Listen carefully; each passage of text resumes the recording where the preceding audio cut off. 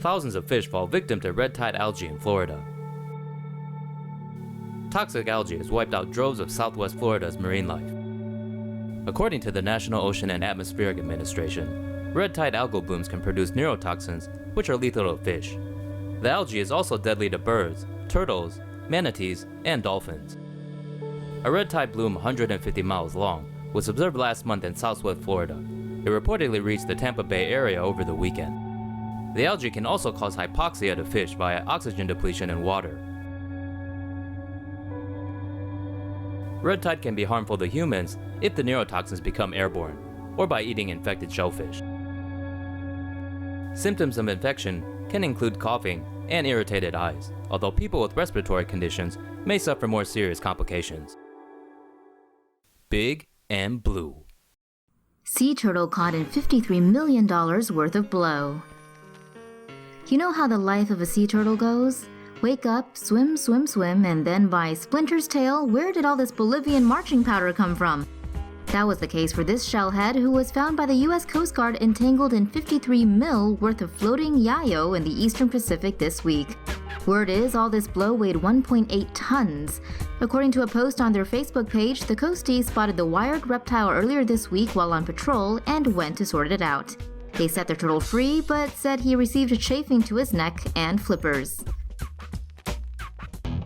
Here's another reason why you should bin your trash. Canadian fisherman Adam Turnbull caught this fish last week and was shocked to see it was nearly split in two by a Powerade wrapper. Turnbull reckons that trash thrown near the river probably got into the water and somehow wound up around the fish. Despite its injury, Turnbull told Canada news site Global News it still fought when he caught it. Shocked by the northern pike's injury, Turnbull posted images of it to Facebook last week in a post that has gone viral. Turnbull says he cut the wrapper and put the fish back in the water. He says it swam away like a dart. Moral of the story? Put your trash in the trash can. Thousands of sharks found on illegal fishing boat. It's the second largest ocean sanctuary on Earth and protects one of the planet's most unusual and diverse marine ecosystems. But it seems that not even the protected waters of the Galapagos Marine Reserve are safe from China's insatiable demand for shark fin. Shocking evidence has emerged this week that once again underlines the threat to these magnificent creatures' very existence. And all because people want to use their fins to make soup. Photos released by Ecuador's Galapagos National Park show a haul of thousands of sharks found on an illegal Chinese fishing boat. Endangered scalloped hammerheads and silky sharks have been identified among their number. The ship was reportedly carrying 300 tons of fish. The 300-foot-long vessel was intercepted by the Ecuadorian Coast Guard last Sunday, about 40 miles northeast of the island of San Cristobal. Its 20 crew members have been arrested, and the authorities are now trying to document its cargo. This part of the Galapagos National Park is a UNESCO World Heritage Site and home to more sharks than anywhere else on Earth. Merely crossing into its waters without a permit is illegal, never mind hunting for sharks.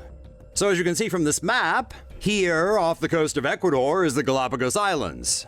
And here, about 10,000 miles away, is China. Kind of a long way for a fishing trip, don't you think?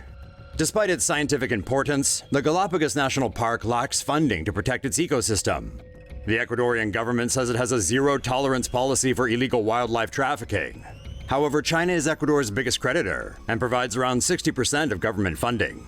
Critics say the Ecuadorian government has gone too easy on China in the past over the protection of timber and other resources from the Amazon rainforest. So it remains to be seen if the illegal fishing crew will get the 3 years in the slammer that conservationists are now demanding. Alligators versus sharks. Don't like sharks? Then gators might be your new best pal.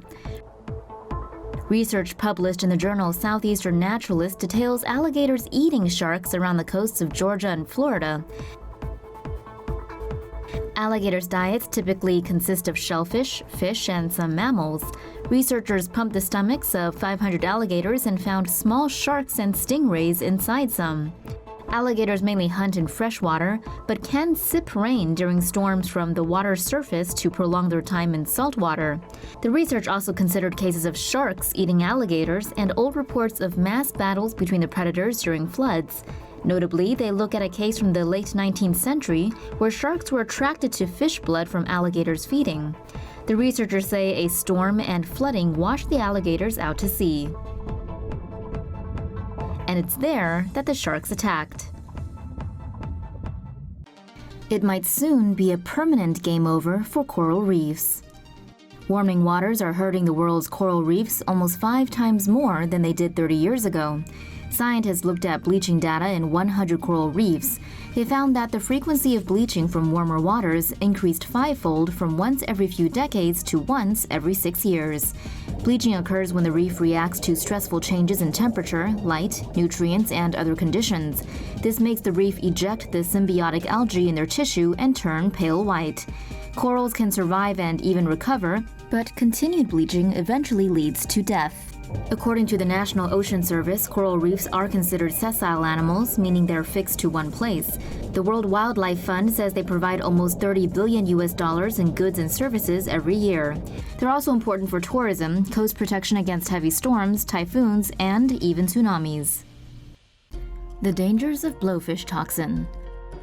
Japanese authorities sent out an emergency warning in a coastal city on Monday after several packages of fugu, or blowfish, were mistakenly sold to unsuspecting customers.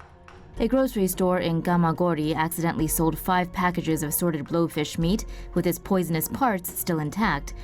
3 of the packages have been recovered, but 2 have yet to be found. The liver and internal organs of blowfish are known to contain tetrodotoxin, a lethal neurotoxin 1,200 times more potent than cyanide. One fish has enough poison to kill 30 adult humans. Tetrodotoxin targets motor neurons, causing numbness in the lips, loss of muscle control, and organ paralysis. A fatal dose could lead to respiratory arrest and death. There is no known antidote. Despite the danger, blowfish meat is a delicacy in Japan, but because of the high risk, only rigorously trained and licensed chefs are allowed to prepare the deadly fish. There are still those who die from blowfish poisoning, though these are mostly amateur cooks or sports fishermen who try to cut up the fish themselves. Study says ocean farming could provide all the seafood we need. New research suggests that ocean farming could be enough to fill much of the global demand for seafood. Researchers suggest a farm area the size of Lake Michigan could satisfy the world's current demand for seafood. Their study says that an ocean area of 11.4 million square kilometers could satisfy fishing demands, while 1.4 square million kilometers would be needed for bivalve seafood, such as oysters. However, experts commenting on the study say that while space isn't a limitation for the expansion of ocean farming, costs for operation, production, and transportation could be. Climate change and how humans interact with large-scale ocean farms are another factor that could impact the feasibility of relying on ocean farming.